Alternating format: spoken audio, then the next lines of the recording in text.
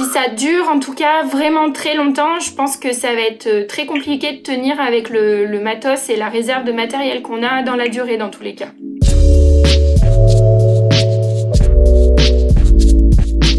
Alors du coup, je m'appelle Marion Genex, je suis infirmière libérale à Clermont-Ferrand dans le quartier Saint-Jacques.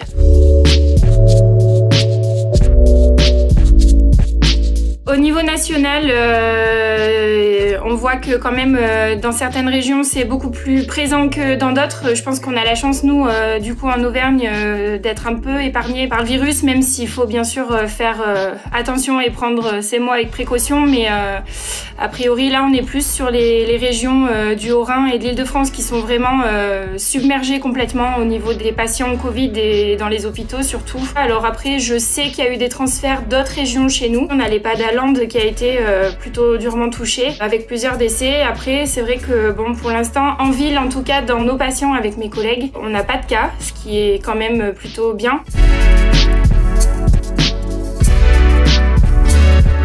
C'est vrai qu'au niveau des traitements, on n'est encore pas certain sur beaucoup de choses. Visiblement, le vaccin, il va falloir quand même une bonne année et demie, voire 2 ans, pour potentiellement en avoir un qui soit susceptible de fonctionner. Donc c'est vrai que c'est quelque chose de jamais vu. Et voilà, c'est vrai que nous, en tant qu'infirmières, en tant que soignants, en fait, c'est vrai qu'on a vraiment envie de protéger nos patients et de se protéger aussi nous-mêmes pour pas être contaminés et puis pour être un peu égoïste, mais pour penser à notre famille aussi, parce qu'on a tous une famille, des enfants, des conjoints, des parents et voilà. Même s'il y a eu le confinement, on n'a pas du tout envie de les emmener dans cette démarche-là et dans ce problème-là.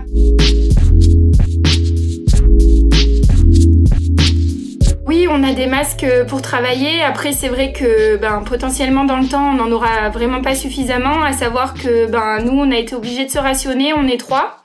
Plus une remplaçante dans notre cabinet.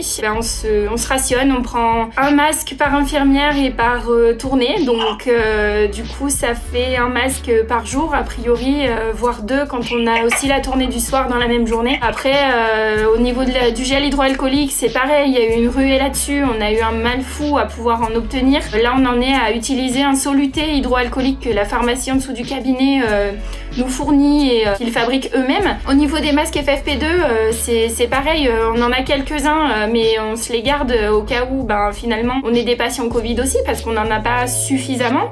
À savoir qu'on n'est pas à l'abri demain d'avoir un de nos patients qui est atteint ou d'avoir une prise en charge pour des surveillances de patients ayant été infectés ou étant infectés. Donc du coup c'est vrai que nous on se garde les masques FFP2 le peu qu'on a pour travailler en tout cas dans nos réserves, parce qu'on n'est pas à l'abri de tout ça. C'est vrai que par contre du coup on travaille avec des masques chirurgicaux et que les masques chirurgicaux ça nous protège pas forcément du virus. Nous ça évite qu'on postillonne entre guillemets sur les patients, mais a priori ça protège pas du tout du virus. Donc c'est vrai que là-dessus on fait un peu comme on peut avec ce qu'on a. Après par contre en termes de surblouse, de charlotte, de tout ça, c'est vrai que si on est amené à avoir des patients qui sont atteints, là par contre on en a mais absolument pas du tout.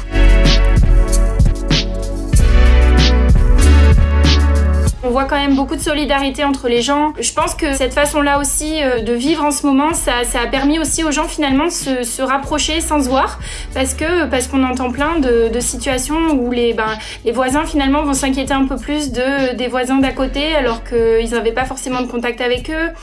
Les personnes âgées, dans les quartiers, ils vont plutôt être aidés. Ce matin, j'avais une de mes patientes qui m'expliquait que c'était son gardien d'immeuble qui était venu lui faire un coup de ménage chez elle parce qu'elle pouvait pas le faire et que du coup lui il l'a fait pour l'aider aussi un petit peu. Mais je pense que cette situation-là, ça a aussi permis aux gens de se soucier un peu plus des autres et dans leur entourage et autour d'eux.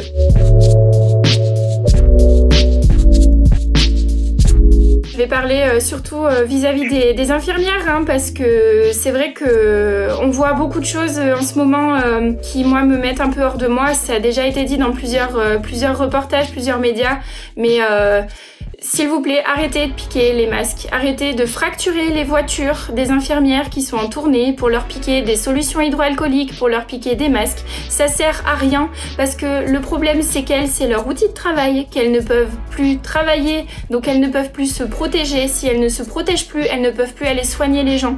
Donc pour le coup, vraiment, mais il va falloir vraiment prendre sur vous, et je comprends que voilà, c'est pas simple comme situation, mais il n'y a aucun intérêt à à fracturer les voitures, à cambrioler les cabinets médicaux, parce qu'il y a aussi des cabinets médicaux qui ont été cambriolés sur Clermont pour piquer les masques. Le problème, c'est qu'après, les soignants ne peuvent plus intervenir chez les gens. Moi, demain, si je n'ai pas de masque, je vais pas mettre ma santé en péril pour aller soigner d'autres personnes.